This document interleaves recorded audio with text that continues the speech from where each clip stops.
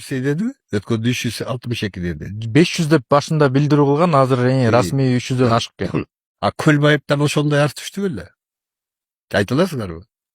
Эми түшпөсө Жок, жыйынтыгы түшпөдө эмне айтыш керек болору болчу да. белгисиз да. Мунча арыз түшүш керек деп укемке айтыш керек болчу өлтүрөрдөн мурда. Мен ушул үчүн өлтүрүп атам муну деп. Вот анализ кылчы өзүң. Мен билгенден көп болсо 30 арыз түшкөндүр.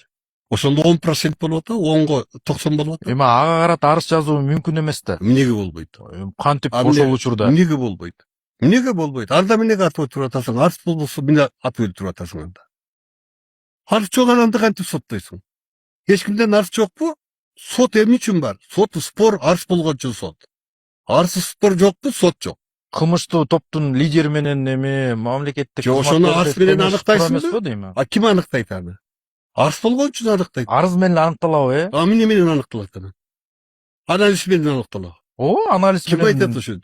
Анализ менен кайсы кылмыш көбүрөөк пайда кылды же болбосо? Антип айтпагын, анализ деп айтпагын. Ал аналитика, ал анализ, это не преступление. Преступление только уголовный кодекстин каралган статьялары менен аныкталат. Ал үчүн бирөө жабырлануучу болот, бирөө жабыр тартат, бирөө өлөт, бирөө уурдалат, кемсинтет, басынтат, токмок болот. Вот ошондо арыз түшөт, ошо. Эми Көлбаевге карата канча деген убагында иштер ачылган, алар кайра жабылып атты, мисалы да. Канча ашыптыр? Так сан айта албайм, бирок айтпаганын мага айтып бер, анан кийин айтты. Мен мыйзамчылмын, мен прокурормун, сотмун. Мен факты менен гана айта алам. Арыз барбы, кылмыш барбы? Ошо менен гана жазага кетиш керек адам. Бизде тем более бүгүнкү Конституцияда өлүм жазасына тыюу салынган. Ар бир адамдын өмүрү, турмушу мамлекет тарабынан корголот. А бизде эмне болуп атат?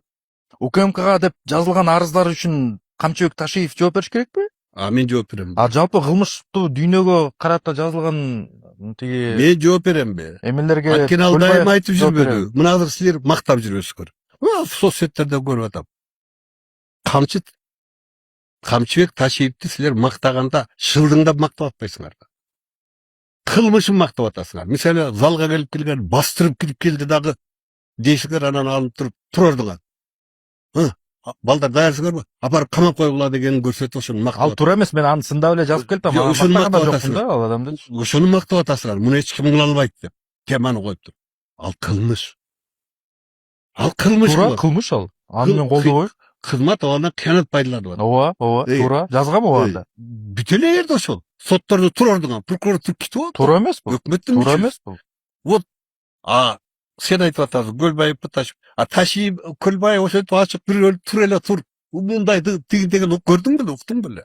Эми аны көрбөсөк да, укпасак да белгилүү дейм, ал башка дүйнөдө, башка чөйрөдө жүргөндү. Кылмышын айтып бил да. Өзүң догадка кылып эле белгилүү да дей бересиң. Эми тигил расмий маалыматтар чыкпайт дейм анын дүйнөсүндөчү, анын иш аракеттеринде. Чыкпаса айтпа да сен анда. Билбеген нерсени эмне айтасың? Значит, жок. Табышмактуу өлүп атат ошон үчүн. Жок үчүн өлүп атат да.